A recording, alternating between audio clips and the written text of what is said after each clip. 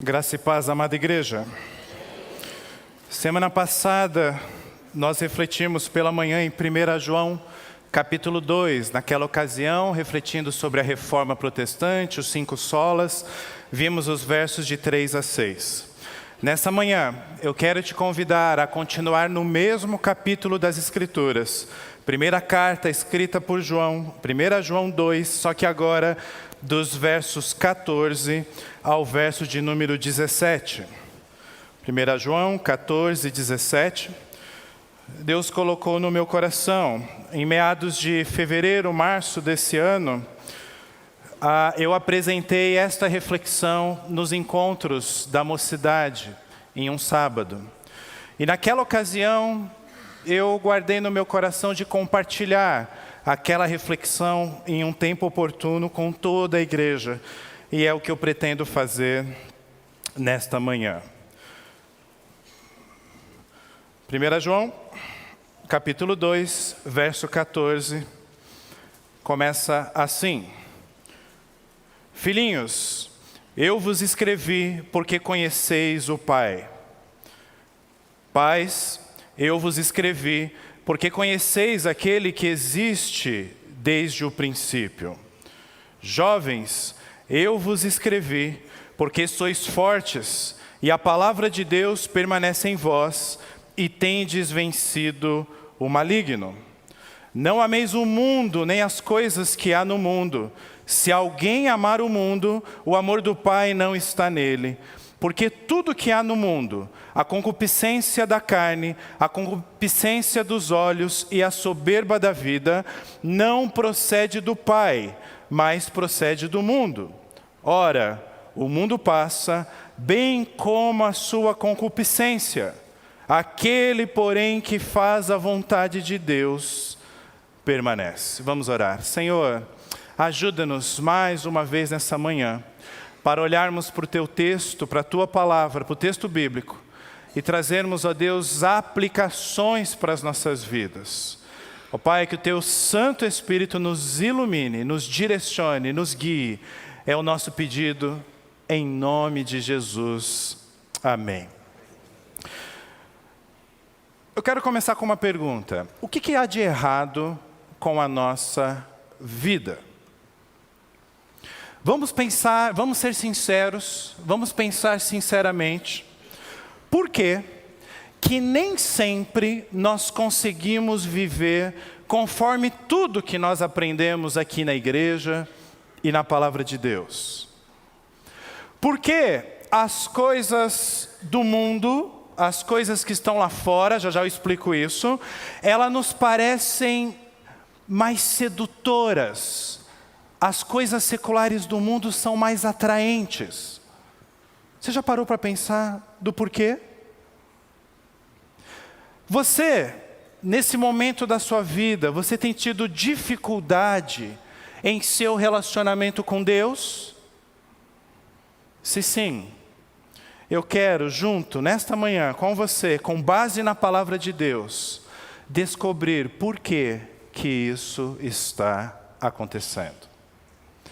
Nós estamos diante de um texto de ensino doutrinário, uma carta que contém instruções para a vida.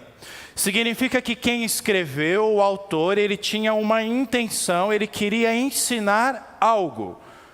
E o nosso objetivo é perceber o que ele queria ensinar e como aprove ao Espírito Santo preservar esse documento, e esse documento hoje ser palavra para nós, seus discípulos. Quem é o autor? João, o apóstolo amado. Historicamente, quando ele está escrevendo essa carta, já no fim do seu ministério, já no fim da sua vida, o que significa que, como se não bastasse toda a experiência intensa de João com Jesus, com os apóstolos, nós estamos lendo uma instrução para a vida de um homem extremamente experiente, maduro. É esse João que escreve o Evangelho de João, que nós lemos no capítulo 15, na hora da contrição.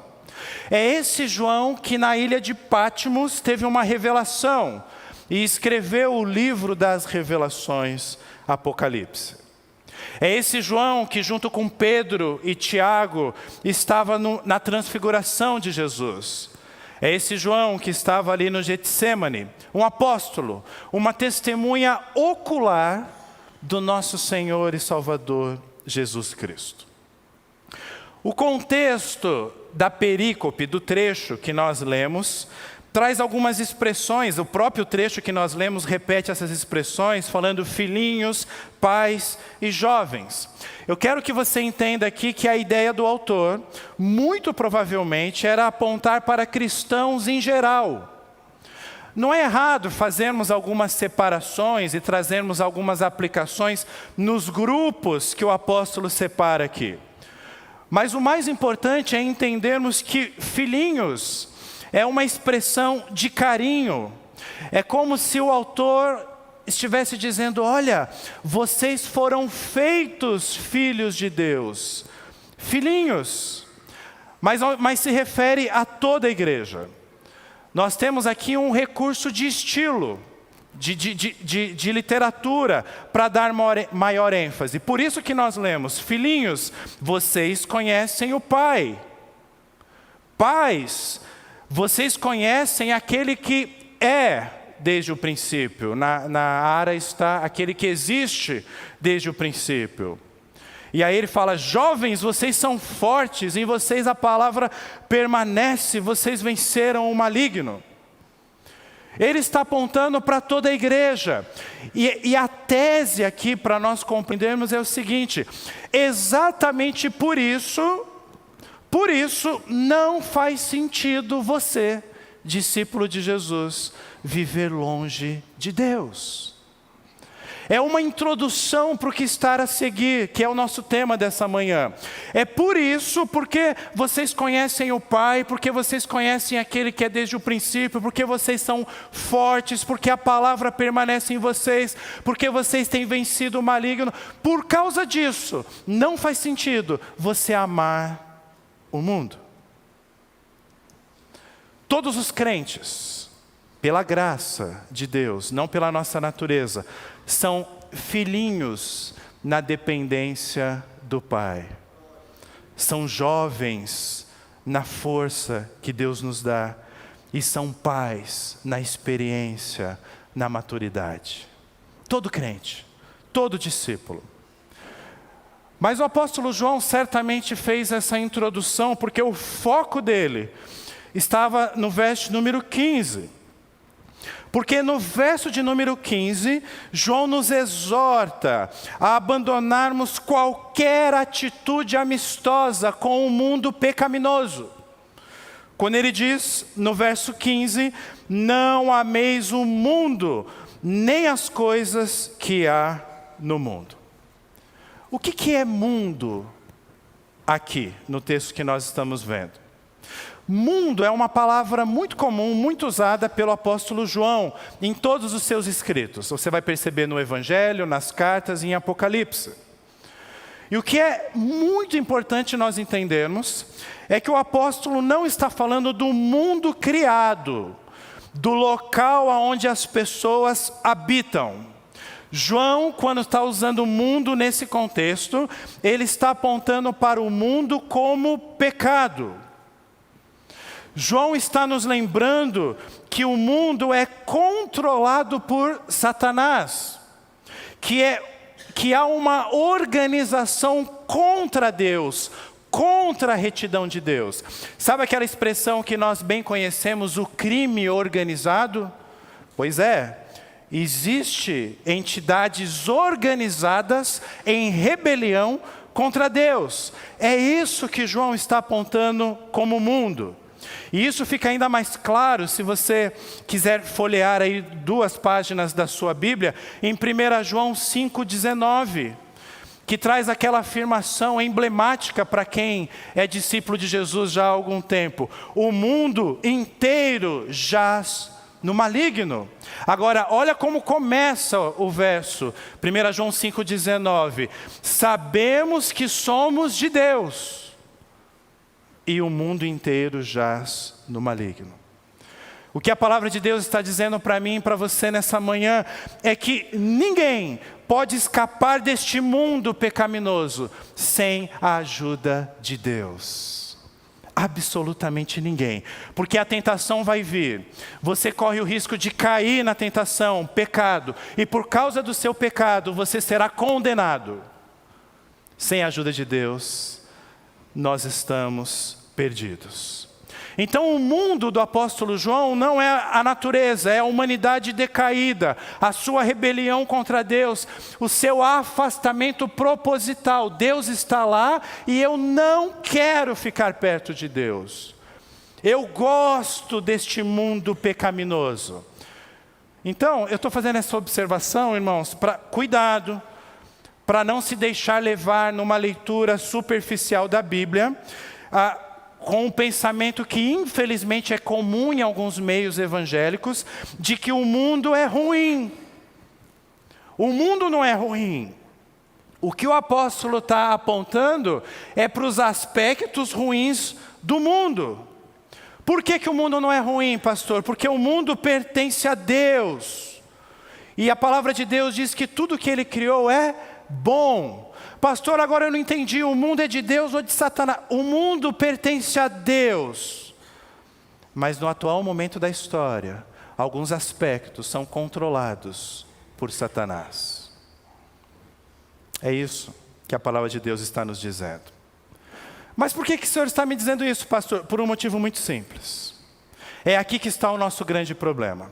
O problema é que o que mais nos atrai no mundo é justamente essa faceta mais pecaminosa do mundo. É aquilo que faz normalmente, por causa da minha natureza pecaminosa, da nossa natureza, nos faz os olhos brilharem. Ele vai falar de olhos no texto. Me faz eu ter um desejo intenso. É o pecado. É interessante. A nossa mente pecaminosa é mais ou menos assim. Você não sabia que alguma coisa era errada. Aí você descobre, isso é errado. Deus não aprova. A partir do momento que você descobre que é errado, então você passa a desejar. Não tem explicação lógica, científica, psicológica, a não ser espiritual. E a ordem do apóstolo é clara. Verso de número 15. Não ameis o mundo, nem as coisas que há no mundo. Se nós olharmos na língua original desse escrito, a tradução mais literal seria mais ou menos assim: parem de amar o mundo. É isso que João está dizendo. Parem de amar o mundo. Agora, eu quero chamar a sua atenção para um detalhe muito importante. João está escrevendo essa carta para igrejas. João está escrevendo essa carta para discípulos de Jesus. O que nos lembra nessa manhã, meus amados irmãos, que nós não somos melhores que outras pessoas. Que nós dependemos da misericórdia, da graça de Deus. E agora você entende por que ele cita filhinhos, pais, jovens. Ele está dizendo que mesmo os cristãos mais firmes, mesmo os cristãos mais seguros, o que está na perícope anterior, eles precisam ser advertidos constantemente quanto a viver de um modo santo. Não é para o não cristão, é para nós. Por quê, pastor? Porque a nossa natureza é pecaminosa. Porque nós vivemos em tentações. E essas tentações podem nos levar ao pecado. E esse pecado à condenação. E essa condenação pode ser eterna. Então eu quero responder essa pergunta que está na tela com você nesta manhã. Por que não devemos amar o mundo? Em primeiro lugar, porque se amamos o mundo, não amamos a Deus. Se você quiser anotar, se amamos o mundo, não amamos a Deus. Olha a segunda parte do verso número 15. Se alguém amar o mundo, o amor do Pai não está nele. Eu não tenho tempo, e nem seria o caso de entrar aqui em detalhes linguísticos, mas a expressão, o amor do Pai, o grego nos empurra para a reflexão mais clara, que seria o amor ao Pai. Só para você entender, ele não está falando do amor de Deus por nós, mas do nosso amor por Ele. Eu sei, em português ficou meio difícil de entender assim. É o amor que os filhos de Deus têm para com Ele. É isso que ele está apontando. E aqui, meus amados irmãos, nós temos dois caminhos. E um exclui o outro. É um se é um caminho ou outro caminho. O texto é claro. O discípulo de Jesus é aquele que ama a Deus. E porque ele ama a Deus, ele não ama o mundo. Significa que ele entendeu. Agora, eu vou ser sincero, eu não vou ser religioso nem legalista, não. O discípulo de Jesus é aquele que entendeu que, ainda que ele tenha prazeres no mundo pecaminoso, eu não estou negando isso. Mas ele, como discípulo de Jesus, ele entendeu que esses prazeres que ele pode ter no mundo, pode no sentido de possibilidade, ok? Ainda assim não se compara à graça, à alegria e à realidade de amar a Deus. Mas pastor, como que nós desenvolvemos esse amor a Deus? Pastor, eu amo as coisas mais do mundo do que as coisas de Deus, já que o senhor falou para ser sincero. É simples, pregando o Evangelho. Pastor, então eu tenho que ir para a Praça da Sé e ficar lá com o microfone pregando o Evangelho. Não, isso é bom. Mas o que eu quero dizer é, pregando o Evangelho para nós mesmos, todos os dias. Eu vou lembrar do amor de Deus por mim, pelo que Ele fez naquela cruz, pelo que Ele faz por mim hoje. Quando o meu casamento está em problemas, quando eu tenho um filho na UTI, quando eu passo por problemas financeiros, problemas entre irmãos de sangue, irmãos espirituais. É por isso que a orientação de Deus para as nossas vidas é: leia a Bíblia e faça a oração. As crianças sabem disso. Leia a Bíblia e faça a oração se quiser crescer. Porque isso vai me dar uma perspectiva eterna da vida. Isso vai me empurrar para gratidão, para entrega, para serviço, para amor. Agora, se eu não fizer isso, o mundo vai me engolir, como essa imagem do nosso tema da manhã nos apresenta. Existe um exemplo bíblico, existem alguns exemplos bíblicos. Por exemplo, o pastor Gustavo fez referência há pouco tempo em uma de suas reflexões a Demas. Não precisam abrir, mas lá em 2 Timóteo 4,10 diz: porque Demas, Paulo falando, tendo amado o presente século, me abandonou e se foi para Tessalônica. Meus queridos, isso é mais comum do que a gente imagina. Nos tempos do Novo Testamento e hoje também. Deixa eu fazer uma pergunta para você. Você conhece alguém que era da igreja e que abandonou a igreja?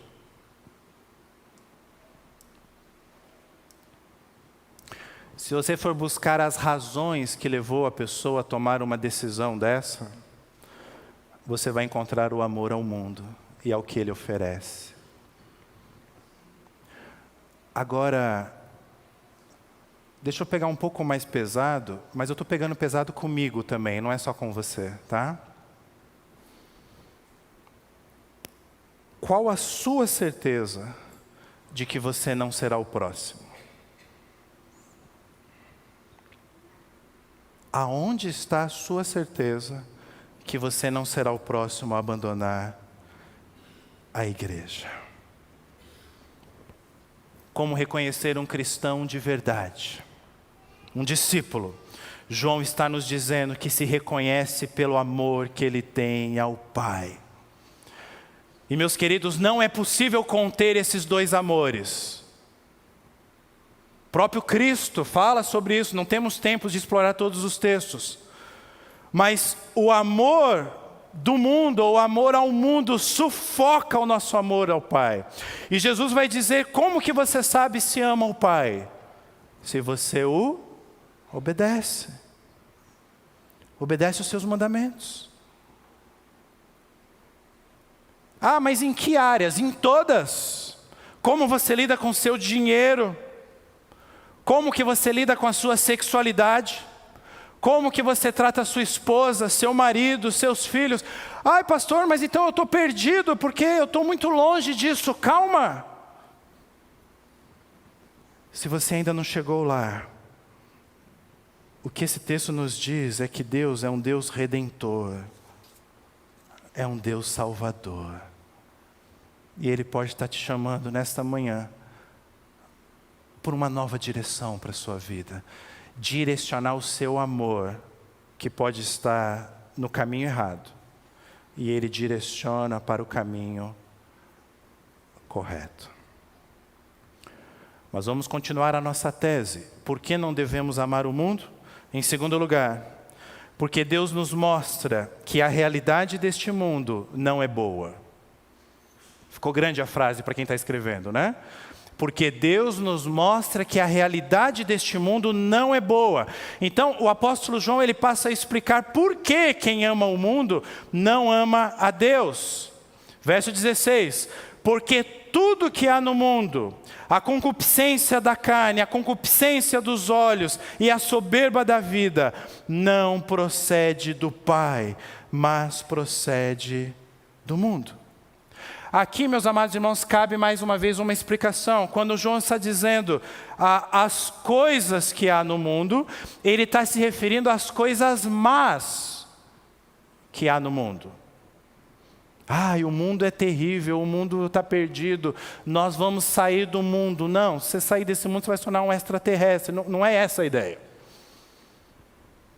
E tem muito evangélico que parece extraterrestre para a sociedade hoje. Não é esse o ponto. Não é essa a ordem bíblica. Mas é fato que nada que caracteriza este mundo decaído vem de Deus. E essa palavra é muito forte. Não procede do Pai, mas procede do mundo. Será que nós, conscientemente, gostaríamos de receber algo que não venha de Deus? Conscientemente não. Mas a nossa natureza empurra. E aí o apóstolo João vai trazer exemplos. Ele vai falar da concupiscência da carne. Concupiscência, se você está com outra versão bíblica, você já deve ter visto aí, significa literalmente cobiça. Cobiça significa o quê? Um desejo ávido, um desejo ardente, um desejo intenso. E sempre é usado na Bíblia com uma conotação negativa. É a natureza pecaminosa, corrompida do homem. São os nossos desejos, são os nossos impulsos mais ilícitos. Paulo vai chamar de obras da carne em Gálatas 5, a partir do verso 19. Aqui em especial o apóstolo João está falando dos desejos impuros que gratificam a minha mente carnal. Exemplo, os prazeres sensuais da vida, a pornografia, o sexo ilícito. Ah, pastor, então é isso? Não só isso, mas também a nossa intemperança no comer, no beber. Pastor, mas o senhor vai falar isso logo depois da festa das nações? Eu acredito que ninguém chegou a esse ponto ontem. Arruaças, farras. E a pergunta que surge é: todos nós aqui estamos livres desses pensamentos? Ou dessas atitudes? Claro que não. Essa carta foi escrita para cristãos. e nós somos cristãos, estamos refletindo sobre ela. João também fala da cobiça dos olhos, ou a concupiscência dos olhos. É aquela vontade de eu contemplar aquilo que agrada os meus olhos, mesmo que seja proibido. Mas é incontrolável. Eu quero ver aquilo. A descrição que Gênesis faz da experiência de Eva diante do fruto proibido, diz o texto, era agradável aos olhos. Recentemente na nossa série, o pastor Gustavo, pregando sobre Davi, falou dele ali no alpendre ali do seu palácio, olhando Betseba, tomando banho. E ele desejou ela, mesmo sabendo que ela tinha um marido. Acã estava lá nos despojos da guerra, viu uma capa e aquilo despertou, uma capa linda, maravilhosa, imagino eu. E mesmo sabendo que o povo estava proibido de pegar os despojos de guerra, ele pega aquela capa. E você? O que agrada aos seus olhos, mas você sabe que é proibido? Será ficar nas redes sociais, sabendo da vida dos outros? Será que alguns sites é o equivalente para você da experiência de Davi com Batseba? Ou colegas de trabalho? Ou alguns programas de TV despertam isso? Ou compras em shopping? A solução para a cobiça dos olhos, meus amados irmãos, é usar os óculos do Evangelho para você enxergar a realidade. João também fala da soberba da vida. Foi traduzida na Nova Versão Internacional como a ostentação dos bens. Outro perigo que nos seduz no mundo pecaminoso. O dinheiro não é pecado, o dinheiro é uma bênção. Mas sermos soberbos, ostentarmos, sim, significa nós confiarmos os nossos bens materiais, aquilo que nós possuímos, os nossos recursos. E presta atenção que eu estou usando a palavra confiança, de forma arrogante, de forma pretensiosa. É isso que marca uma vida sem Deus. E deixa eu só falar duas coisas, não tenho tempo para explorar esse caminho. Os que já têm esses recursos, botam a sua confiança nesses recursos. Os que não têm esses recursos, buscam a vida inteira ter, porque acreditam que o dia que tiverem, ficarão seguros. O que a Bíblia está dizendo você está elegendo essas coisas como seu Deus. E é curioso, se você olhar o capítulo 3 dessa mesma carta aí, verso 17, João nos dá a dica de como devemos usar os nossos recursos. Eu vou ler em outra versão, diz assim: se alguém tiver recursos materiais e vendo seu irmão em necessidade, não se compadecer dele, como pode permanecer nessa pessoa o amor de Deus? Paulo continua falando sobre o mesmo tema, e ele esbarra no assunto financeiro. Na Bíblia nós temos vários exemplos, Nabucodonosor, Herodes, o personagem do Salmo 73, são típicos soberbos. E em nossas igrejas, pastor, será que isso ocorre conosco também? Parece que sim, porque essa é uma carta para a igreja. E nós temos que estar atentos. Por que não devemos amar o mundo? Em terceiro lugar, porque o mundo é passageiro. O verso 17 diz: ora, o mundo passa, bem como a sua concupiscência. A tradução mais literal aqui do grego seria: o mundo está passando. O verbo indica algo que está acontecendo. A gente não gosta de gerundismo, mas aqui cabe. É o gerundismo legal. O mundo está passando. Que mundo que está passando, pastor? Este mundo. Esse mundo pecaminoso, ele está sob o juízo de Deus. E a cada minuto que se aproxima, A cada instante que se aproxima, chega o dia desse juízo. O dia da destruição final. Destruição final do quê? Dessas nossas cobiças. Desses nossos desejos lascivos, impuros, da concupiscência. As cobiças desse mundo chegarão ao fim.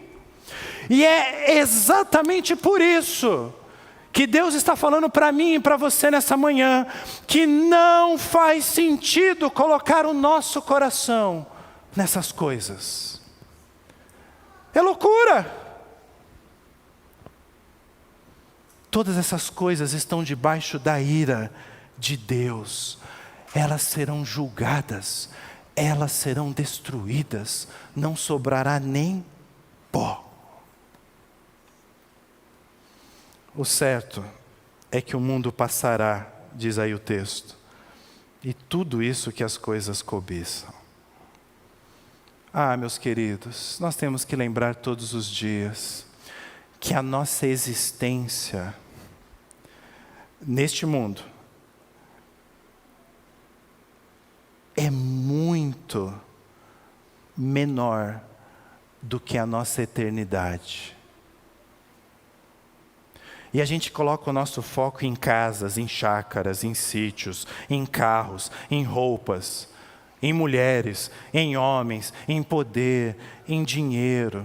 E sabe o que Jesus fala? Jesus fala, olha, tudo isso vai apodrecer. Quando ele fala do tesouro da terra e tesouro no céu, tudo isso vai enferrujar. Essas roupas aí, vocês estão preocupados? Vocês estão gastando fortuna? Elas vão rasgar. Olha as aves do céu, são muito mais bonitas que suas roupas. Olha os lírios do campo, nada se compara. A palavra de Deus está dizendo, tudo isso que você cobiça, vai acabar. Então, é inteligente você colocar o seu coração nessas coisas? Quando você pensa em eternidade, você vai viver quantos anos? 60, 70, 80, 90, 100, 120? O que são 120 anos diante da eternidade? É loucura focar nessas coisas. Tiago vai dizer que a vida neste mundo é como a neblina. Né? Vem e do jeito que vem se dissipa. É rápido, é rápido. É um fôlego, passou. Fala, Senhor, olha tudo que eu fiz, Senhor. Aí o Senhor vai ver, já vi. É loucura. E aí, conectado com esse terceiro ponto, está o quarto e último. Porque o terceiro ponto é, por que não devemos amar o mundo? Porque o mundo é passageiro. Terceiro ponto. E quarto e último, por que não devemos amar o mundo? Porque nós, os discípulos de Jesus, não somos passageiros. É assim que termina o verso 17. Aquele, porém, que faz a vontade de Deus, permanece eternamente. Eu não vou fazer aquela piada que tudo nessa vida é passageiro, menos o cobrador e o motorista. E nem a versão moderna da piada, que tudo nessa vida é passageiro, menos o motorista do Uber. Não. O que é importante nós entendermos é que tudo passa. A vida é eterna. Ah, o senhor está falando é eterna no sentido de quem vai para o céu. Não. Para todo mundo, a vida continua. Há dois caminhos, mas a vida continua. Tudo isso que a gente deseja vai passar. Mas a vida não. Ela vai continuar. Então, o que esse texto bíblico, especialmente esses últimos versos, gritam para os nossos corações nessa manhã é: tenha uma vida plena hoje. Faça a vontade de Deus agora. Não deixe para amanhã.